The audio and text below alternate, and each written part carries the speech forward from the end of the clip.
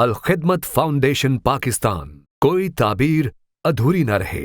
جب خبر خواں خاتون نے اشیائے خور و نوش کے گراں ہو جانے کی خبر، انصاف کا تقاضا ہے کہ غلطیوں اور کوتاہیوں پر گرفت کرنے کے ساتھ ساتھ صحت تلفظ کا خیال رکھنے کی کوششوں کی تحسین بھی کی جائے۔ حسن صورت سنوارنے کے ساتھ ساتھ ان کا حسن کلام نکھارنے کا بھی کوئی بندوبست کر لیں۔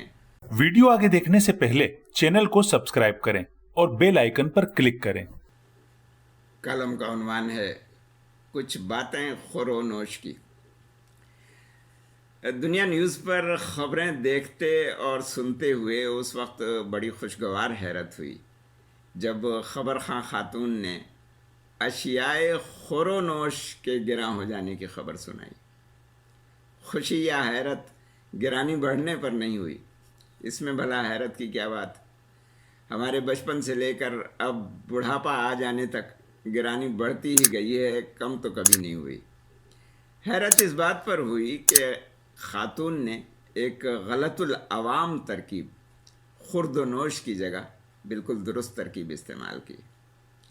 انصاف کا تقاضا ہے کہ غلطیوں اور کوتاہیوں پر گرفت کرنے کے ساتھ ساتھ صحت تلفظ کا خیال رکھنے کی کوششوں کی تحسین بھی کی جائے۔ اسی وجہ سے ہم نے معاصرانہ چشمک کے آداب نظر انداز کر کے دنیا نیوز کا نام بھی لے لیا۔ دنیا صحافت میں رائج روایت کے مطابق ایک معاصر ٹی وی چینل نہیں کہا۔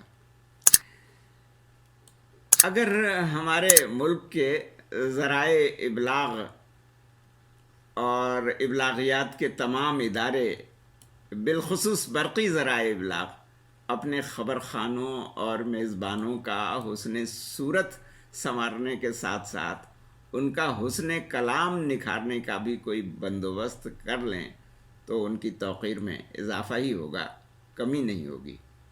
اور نہ صرف ان کے ادارے کی قدر بڑھے گی بلکہ ان کے قارئین، سامعین، ناظرین اور بالخصوص طلبہ و طالبات کی بھی عملی تربیت ہو جائے گی۔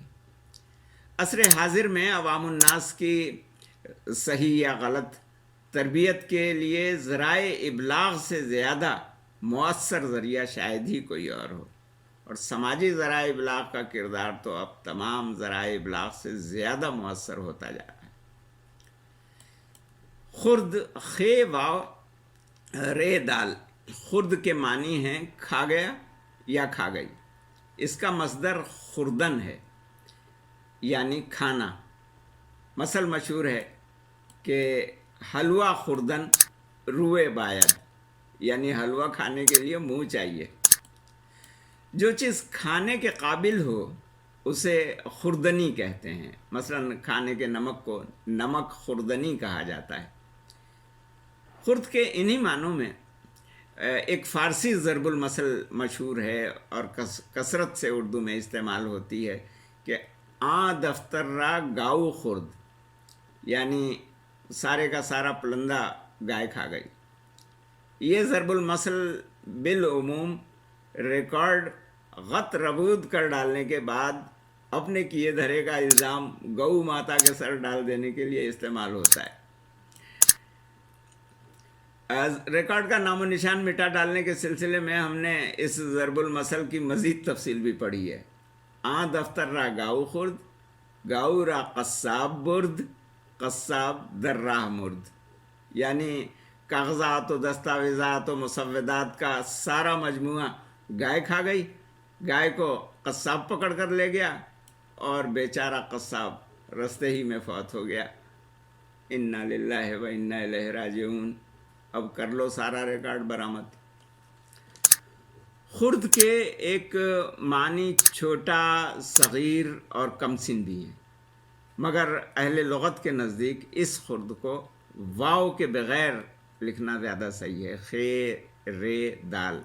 مثلا سگ باش برادر خرد مباش، اور مثلا خرد بین خوردہ فروش چھوٹا دکاندار، اور خوردہ گیری چھوٹی چھوٹی باتیں پکڑنے کی عادت جو زیادہ تر خواتین اور ٹی وی پر چونچے لڑانے والے سیاستدانوں میں پائی جاتی ہے۔ خردک بہت ہی چھوٹا حقیر کیڑا جرثومہ، ریزگاری کو بھی خردہ کہا جاتا ہے۔ اردو زبان کا ایک محاورہ ہے کہ ایسا بھی کیا دل گردہ کہ روپیہ کیا خردہ۔ یہاں دل گردہ سے مراد غالباً شیخی دکھانے کے لیے اسراف میں روپیہ برباد کر دینے کا دل گردہ ہے، جبکہ خور کے معنی ہے تھوڑا سا کھانا، خے واورے، خوراک یا غذا۔ خوراک دوا کی اس مقدار کو بھی کہتے ہیں جو ایک وقت میں دی جائے۔ خے واورے، خور کا لفظ خورشید کے مخفف کے طور پر بھی استعمال کیا گیا ہے، مگر اسے خور پڑھتے ہیں۔ غالب کا یہ شعر دیکھیے کہ پرتوے خور سے ہے شبنم کو فنا کی تعلیم، میں بھی ہوں ایک عنایت کی نظر ہونے تک۔ پرتو کے معنی ہیں کرن، شعاع، روشنی، عکس، جھلک، اثر وغیرہ۔ تو خور و نوش کے معنی ہوئے کھانا پینا یا گزر اوقات کرنا، جیسا کہ ناسخ نے کہا کہ کبھی اشک پینا، کبھی رنج کھانا، یہی عشق میں ہے خور و نوش اپنا۔ خور و نوش کے علاوہ ہماری زبان میں خور و پوش بھی استعمال ہوتا رہا ہے، یعنی خوراک اور پوشاک۔ مراد اس سے بھی گزر اوقات کا سامان ہی ہے۔ نظری طور پر ذرائع ابلاغ کے 3 اہم وظائف بیان کیے جاتے ہیں، جو اہمیت کے لحاظ سے اعلیٰ ترتیب اطلاعات، تعلیمات اور تفریحات ہیں۔ اطلاعات یا خبروں کی بے اعتباری کا جو حال ہو گیا ہے وہ سبھی کو معلوم ہے۔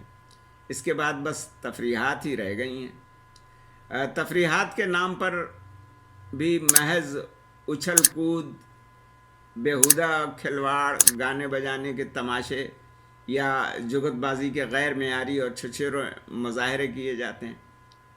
اور تعلیمات میں پکوان یعنی خور و نوش کی تعلیم دی جاتی ہے، یا مشاطگی، میک اپ کا طریقہ سکھایا جاتا ہے، حالانکہ حاجت مشاطہ نیست روئے دلارام را، دلارام کے خوبصورت چہرے کو سنگھار کرنے والی کی حاجت نہیں ہے۔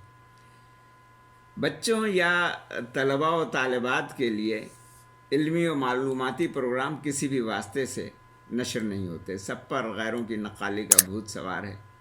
ذرائع ابلاغ کی حکمت عملی بنانے والوں کو یہ بات سمجھنے اور سمجھانے کی ضرورت ہے کہ عزت اور مرتبے میں اضافہ نقالی سے نہیں، پیشوائی سے ہوتا ہے۔ نقال کسی کی نقالی میں خاک کتنا ہی پختہ کیوں نہ ہو جائے، ہمیشہ نقال ہی کہلائے گا۔ ٹی وی کے جن پروگراموں میں خور و نوش کی تیاری کا طریقہ سکھایا جاتا ہے، ان میں بھی اردو ملی ہوئی انگریزی بکثرت استعمال کی جاتی ہے۔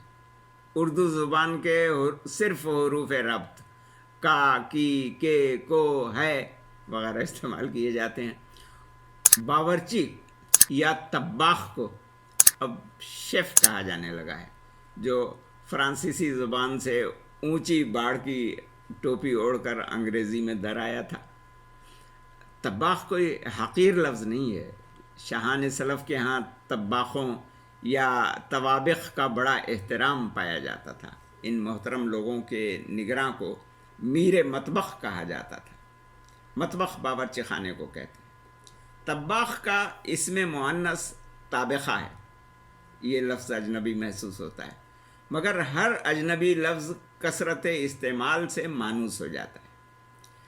ہماری موجودہ بول چال میں کتنے ہی اجنبی الفاظ ایسے ہیں جو اب سے فقط 50 برس پہلے لوگوں نے سنے بھی نہیں ہوں گے، مگر اب ہر کہو مہ کو مانوس ہے۔